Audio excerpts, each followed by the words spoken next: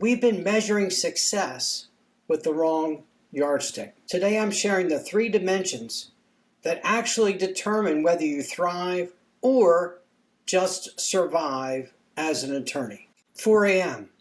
Again, pounding headache, racing heart, that familiar knot of dread. I would lie there, mentally rehearsing the hearing on tomorrow's motion.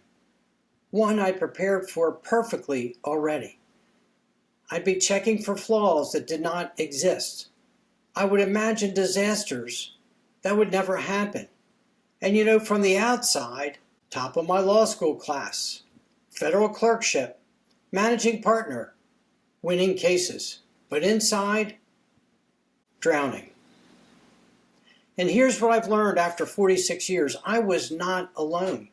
If you have ever won a major case, but spent the celebration dinner worried about your next one, if you've checked your email 47 times during family time on the weekends, if you've fantasized about leaving law, despite building everything you thought you wanted, then you know exactly what I'm talking about. Now you might be thinking, Gary, I don't have time for another assessment. I'm drowning already. I get it. I get it. That's exactly what I thought before I hit bottom. But here's the truth. You don't have time not to figure this out. 10 minutes, just 10 minutes to understand what's actually wrong versus years continuing to struggle. That's not an expense. That's an investment. See, we've been measuring success with the wrong yardstick. Today I'm sharing the 3 dimensions that actually determine whether you thrive or just survive as an attorney. First, I want to talk about the problem. The problem is that the metrics that we depend on to measure our success, they lie to us. They don't actually measure our success. They don't tell us whether we're enjoying what we're doing, whether we're fulfilled, whether we're happy. We measure billable hours. Well, they measure time. They measure how much time we spent on cases and files. But they don't measure your satisfaction. And they don't measure the impact you make. And they don't measure whether you're fulfilled. And we often talk about our win-loss records. Mine was really excellent, superior, but it didn't capture the internal experience. It didn't explain why I still felt unsatisfied inside, why I still felt like I was lacking something. And income, those are just golden handcuffs. We get that huge income and our lifestyle expands to meet it, and then we don't have the freedom to maybe make changes. I won 12 cases in a row. And I still felt like a fraud. I still felt like I was pretending, like I was an imposter, that it wasn't really true. And see, what happens is, and this is the problem, there's a huge gap between our external success and our internal experience. Do you ever feel like from the outside, everyone sees you as very successful, but inside you feel unhappy or stuck, despite your success?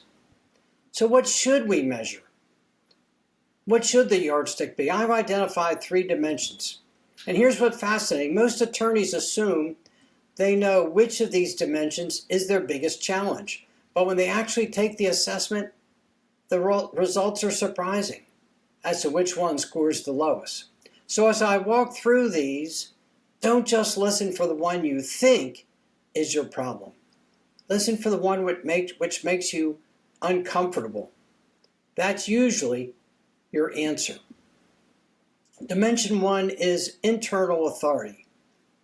If you have ever sent a brief, then obsessively refreshed your email, waiting for the ruling on the motion, waiting for the judge's response to the pleadings, if you've ever asked 3 different colleagues the same question, hoping for validation, if you've ever won a major case but then the next day started worrying about your next one, this dimension is for you. What is internal authority? Internal authority is deriving confidence from within you, not from external validation. Your confidence comes from your effort, your preparation, your commitment to your client, your service. When you don't have internal authority, every decision you make needs multiple opinions. Criticism from someone else ruins your day. You over-prepare from fear, not from thoroughness. And you struggle constantly with imposter syndrome. But when you do have internal authority, when that is what you rely on, then you trust your judgment. You admit your mistakes without feeling like a fraud. You set boundaries without fear. And your confidence stays steady and consistent, regardless of the outcomes. I had a big case in federal court. I was defending a truck driver at a trucking company. He was poorly educated. Even though he was from Virginia, he had this incredibly heavy accent. He was terribly hard to understand. The plaintiff had severe injuries. It was a sideswipe accident where, because we're in a truck, our view was very limited. A very good plaintiff's attorney, and all the sympathies were against me, and I knew that my future with the insurance company would perhaps ride on the outcome. And I was anxious at first about what everyone would think. But I kept returning to what I knew. I knew I was prepared. I knew the case inside out. I had my questions ready. I had my arguments organized. And at the end, the jury found for my client. Because I maintained my focus, not so much on worrying about the outcome, but on my effort and my commitment. So this is the key. Stop asking, what will they think? But start asking, what do I know? And how do I best serve my client? The key lesson of this dimension, internal authority, is that your worth is not what's on trial. Only the legal issues are. So that's internal authority, where your confidence comes from. It comes from who you are, how hard you prepare, how you use your talents to serve your clients, and your commitment. But here's the thing. Even if you master internal authority, you can still burn out. Which brings us to the second dimension, which is sustainable excellence. If Sunday evening fills you with dread about Monday morning, if you can't remember your last real vacation, one where you actually disconnected, truly disconnected, if you told your family, after this next case, promise you, things will calm down, and you've said that for the past 3 years, then this dimension is for you. Sustainable excellence is peak performance without sacrifice. And when you don't have it, you have that Sunday night dread. You can't remember your last real vacation. Your health is suffering. You don't feel well. And you're never truly present with your family. But when you do have it, you have steady energy. You sleep well. Your systems function when you're unavailable. And you can truly disconnect.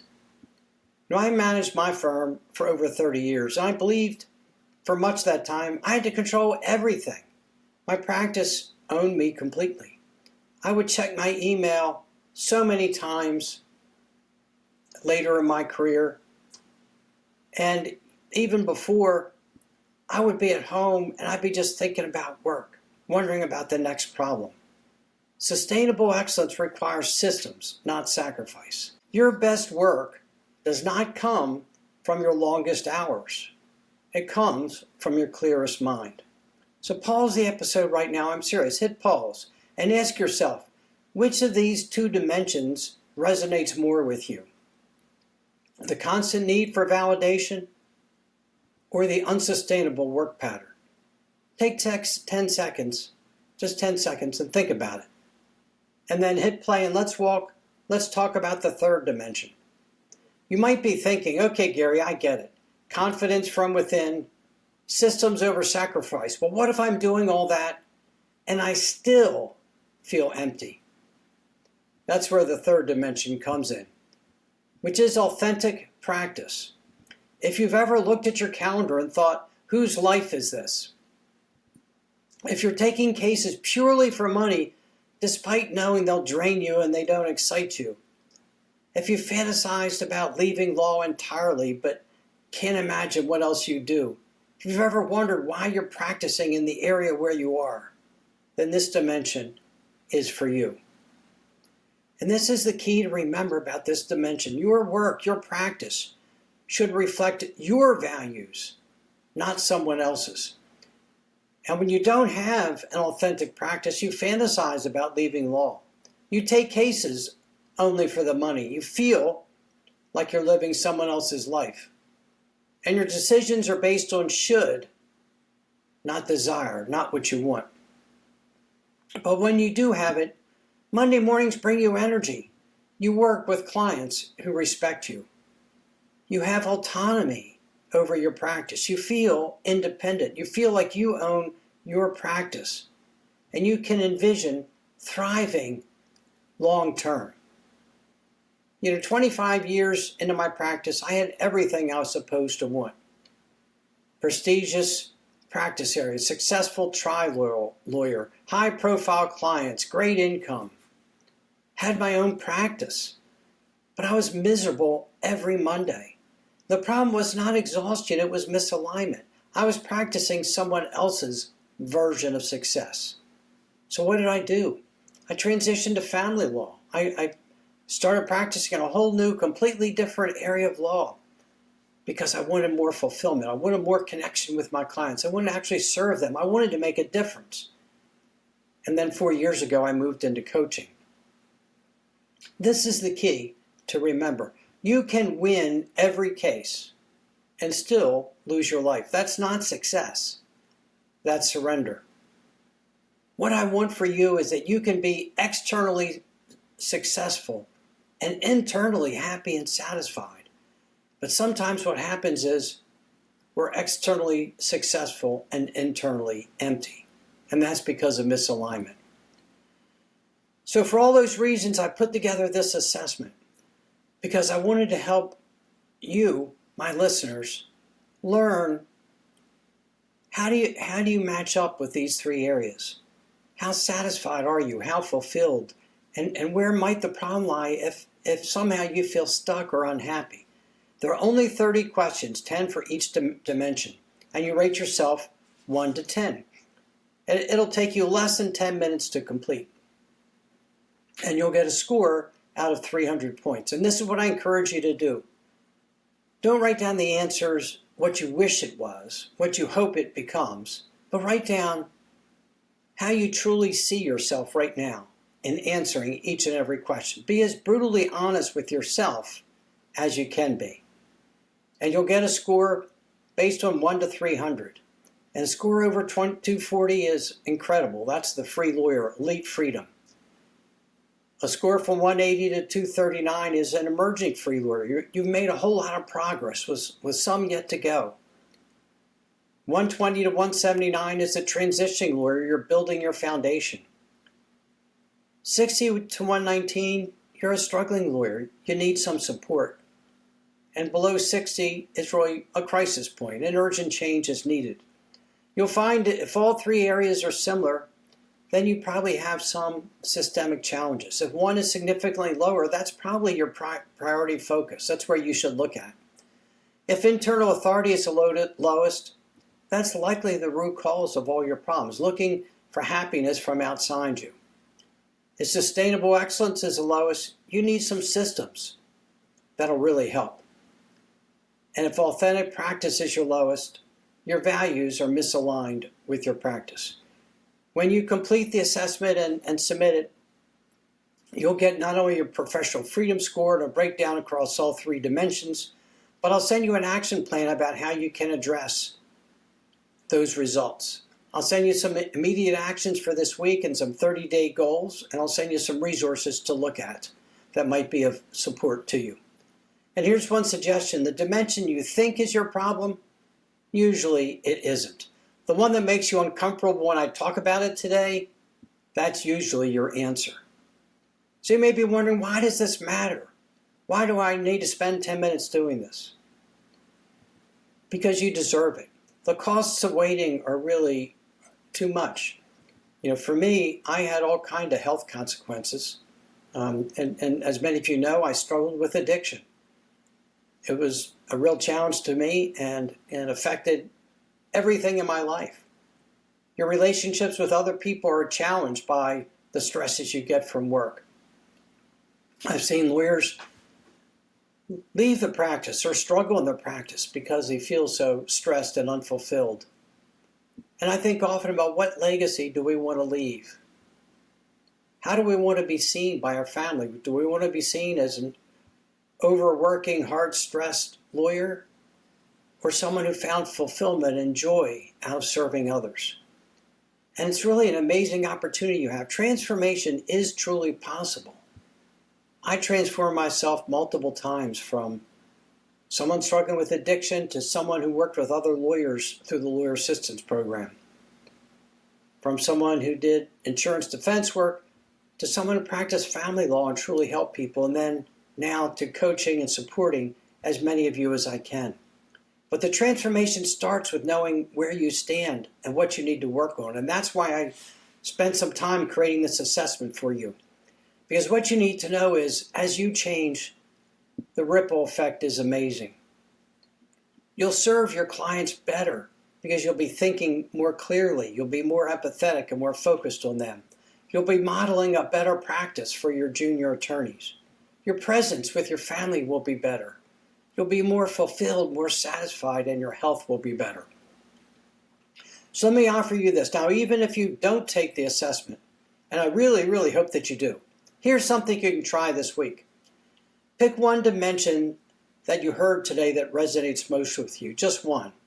If it's internal authority, next time you prepare a document, notice when you're preparing it from competence versus when you're over-preparing it from fear. Just notice. That's it. Sustainable excellence, set one boundary this week, just one. Maybe I don't look at emails after 7 p.m.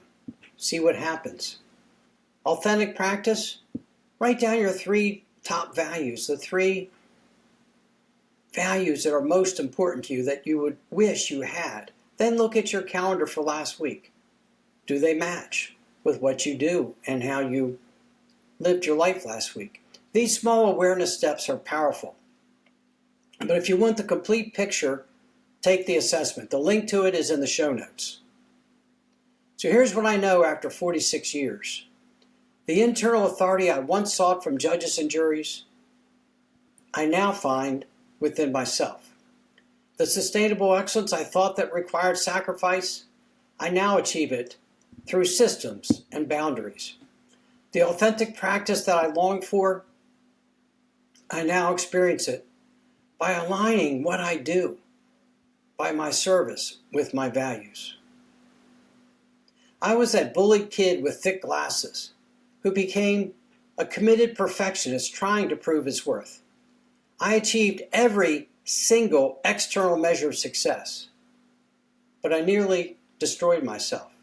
If I can transform from a struggling perfectionist battling addiction to a truly free lawyer, so can you. But that transformation starts with awareness. So here's what I want you to do. Take the free lawyer assessment right now. The link is in the show notes. It's also on my website.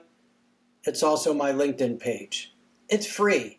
It takes only 10 minutes. Read my blog post. Where do you stand? Take the free lawyer assessment to measure your professional freedom. It's linked in the show notes. Get your score. Then take one action from your plan this week, not next month, this week. See, your clients deserve you at your best. Your families deserve your presence. And you deserve freedom. Not someday, now. Because you didn't work this hard to feel this trapped. I'm Gary Miles. Thanks for listening to The Free Lawyer. Until next time, practice law with purpose and live your life with freedom.